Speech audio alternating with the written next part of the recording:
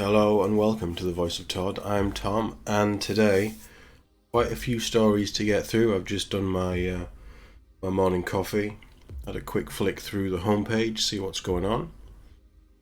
Following on from yesterday's news, I thought we'd take a look at the Witcher prequel. Yesterday, and there will be a card above, we talked about Edward Rowe and a couple of other people being cast, a couple of actors being cast for The Witcher Season 2, which I am quite looking forward to. This is some news from Total Film about the Witcher prequel series, and it seems like they've found their lead. Now, I know nothing about this. I know nothing about the wider Witcher world outside of the games, so this is all new to me. But as I say, we're on Total Film, link in below if you want to check the article out yourself. But the Witcher prequel series on Netflix has cast its lead.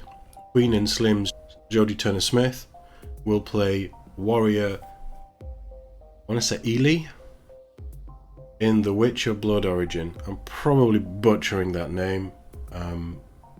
I speak bad English, and that's it. So accents and things are totally lost on me.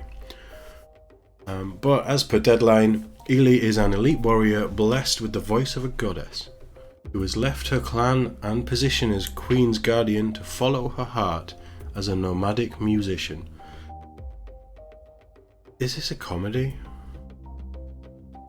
The 6-part Netflix prequel series, set over a millennia before Geralt grunted and growled his way through The Witcher Season 1, previously only had a synopsis to go on. It read, "Set in an elven world 1200 years before the world of The Witcher Blood Origin will tell a story lost to time, the origin of the very first Witcher, and the events that led to the pivotal conjunction of the spheres, where the worlds of monsters, men, and elves merge to become one." Maybe it's not a comedy then. Now the new Deadline report fleshes it out slightly, but still leaves things decidedly vague. Ely, whichever, you pick. Tell me, whichever one I say less frequently is probably the right one. Is going to return to the way of the blade in her quest for vengeance and redemption after an unnamed event occurs on the continent. Turner-Smith, who's also appeared in Netflix's Night Flyers, that was, I want to say, George R.R. Martin's handiwork. I think he wrote that. He's the only actor officially cast as of writing, and no release date has been set. A casting call for late 2020 was looking for 2 characters, only given the vague labels of G and Z.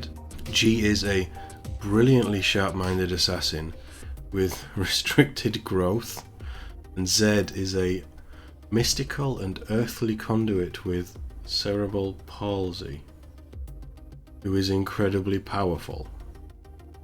Okay. Going very diverse in this then, that's not a bad thing. The world of The Witcher, it seems, is growing even wider. Alongside Blood Origin is The Witcher Season 2, which is currently filming, an animated film, which might have had its runtime revealed by Netflix. Yeah, I saw a tweet yesterday about the runtime. It's like an hour and a half or something. The animated film tie-ins have been a bit of a letdown for me, especially the one with Altered Carbon, although it was better than Altered Carbon Season 2. But yeah, so we've cast an elf by the sounds of it as our lead. We have a little bit of information on 2 other characters. This sounds like it's a little ways off. I'm working on the idea that hopefully this December, so December 2021, is going to be Witcher Season 2. Probably going to go up against the Book of Boba Fett. Because Netflix haven't really had much, well, certainly last December, to pull away from the Disney Plus Star Wars train that they seem to be on. So this, I'm thinking maybe 2022, end of 2022, that time period, but we just don't know enough. As with most of the stuff we're going to talk about, we just don't know enough. But yeah, it's good. I don't know Jodie Turner-Smith. I didn't see Night Flyers, I think it was. Yeah, Night Flies. I haven't watched it. I've been meaning to. It's one of those things where you put it on your list and then there's like 200 other things before it, so you never quite get to it.